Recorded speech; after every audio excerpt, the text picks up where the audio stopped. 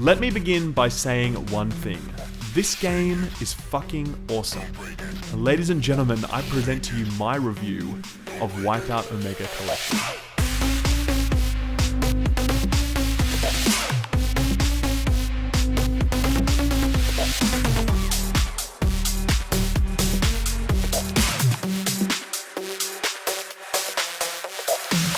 I'm a little different from most reviewers in that I don't really care much about the technical aspects of video games.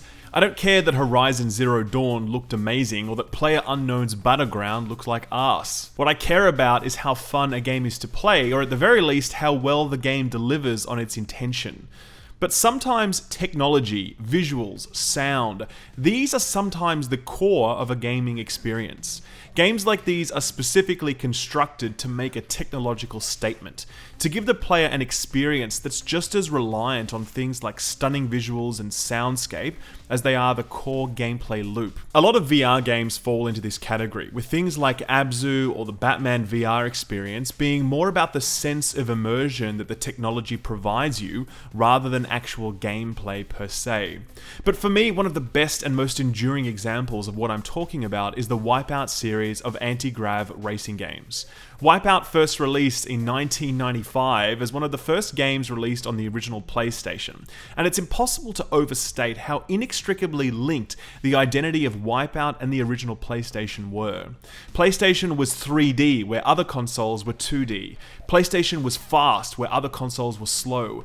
PlayStation was cool where other consoles were for nerds. PlayStation was for grown-ups where other consoles were for kids. PlayStation games have soundtracks featuring the Chemical Brothers, where games on other consoles still relied on beeps and boops from 20 years ago. PlayStation games were a new kind of entertainment experience, where games on other consoles were just toys. Everything I've just said about the PlayStation as it was launching itself back in 1995 could have been said equally about WipeOut.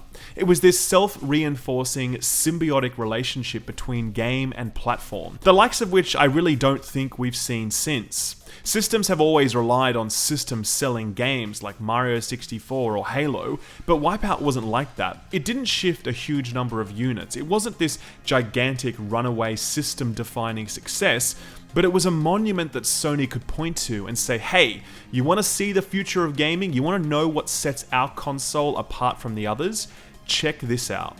It was the poster child of the evolutionary step from kids-focused consoles from Nintendo and Sega to adult-focused consoles from Sony and Microsoft. WipeOut went on to become a mainstay of the PlayStation family, with a further 9 sequels delivered over the next 12 years. But get this, and this sounds really weird saying it aloud, but the last WipeOut released on a home console was WipeOut HD back in 2008. That's nearly 10 years since we've seen a WipeOut on our TV screens. So the arrival of the WipeOut Omega Collection feels like a breath of fresh air, even though it's actually a compilation of 3 previously released WipeOut games, completely remastered and delivered in 60 FPS and in 4K resolution if you're playing on the PS Pro. And my god, does it look incredible now.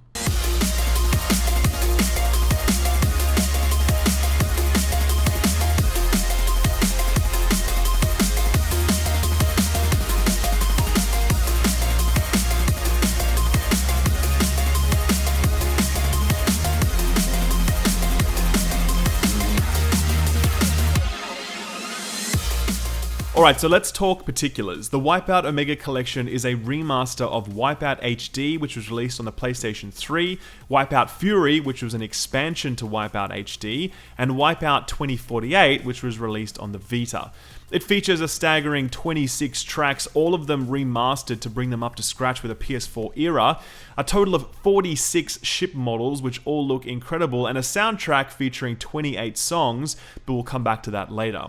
So it's a remaster, right? But we really need to be clear on what a remaster means here in the context of WipeOut. See, The Last of Us got a remaster, and it improved the visuals of the game so that they looked as you expect they would for a PS4 game, and it got it running at 60 FPS, which is always nice.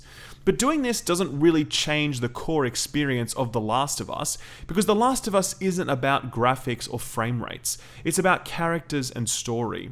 That game still would have been pretty damn amazing if Ellie and Joel had been stick figures running around on a black background. It wasn't about the technology, but Wipeout is entirely about the technology. So when you take that game and you remaster the tracks and you up it to 4K resolution and 60 FPS, you get a fundamentally different gameplay experience. It's Wipeout's final form. It's Wipeout the way it was always meant to be played. But I've never loved it because I've always felt like Wipeout was about the sensation of speed and that the technology just wasn't there to deliver on that sensation properly. I loved it at the slower speeds that you play it at, since there were literally around 5 or 6 different speed options in the game, but as things got faster and faster, I felt the frame rate and the low resolution just really held the experience back, and the skill ceiling that was so important to the game was much lower than it could have been because of that fact. But that's gone now. At 4K resolution, 60 FPS, this game is a fully realized version of itself that allows you to just zone out and experience Wipeout. And I guess this is the most important thing to understand about Wipeout in this form. Wipeout is just as much an experience as it is a racing game. It's not trying to bring remarkably deep mechanics to the table, it's trying to provide a sensory experience delivered through a racing game, and so much of that experience is propped up by that incredible soundtrack. There are 28 tracks in WipeOut Omega Collection, and every single one of them is pitch perfect. Artists like deadmau5 and Soundprank and Swedish House Mafia, Knife Party, Chemical Brothers, and The Prodigy provide a soundscape that is just so perfect for what's going on screen. It's like those moments when you're playing GTA and the perfect cruising song comes onto the radio at the exact moment that you hit that open highway and the sun is setting in the distance, and you just think to yourself, yes, this is special. This is a moment. Wipeout is full of those moments, as you'll round corners and land after a big jump at the exact moment that the music drops. It's just glorious.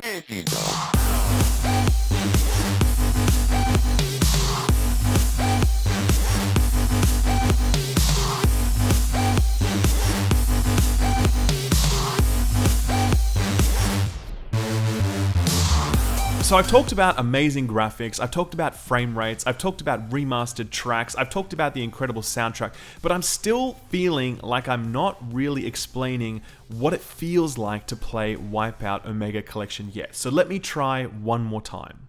There was a game released a number of years back on the PS2 and subsequently re-released on the PSVR called Rez. It was essentially a weird shooter where you floated through these wireframe worlds and shot stuff. But that wasn't what the game was really about.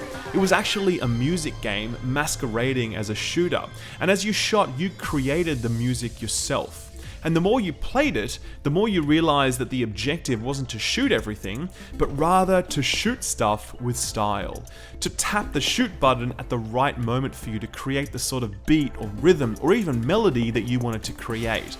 And when you began to realize this, you very soon became one with the music, as its form was guided by your actions, and your actions were guided by its form.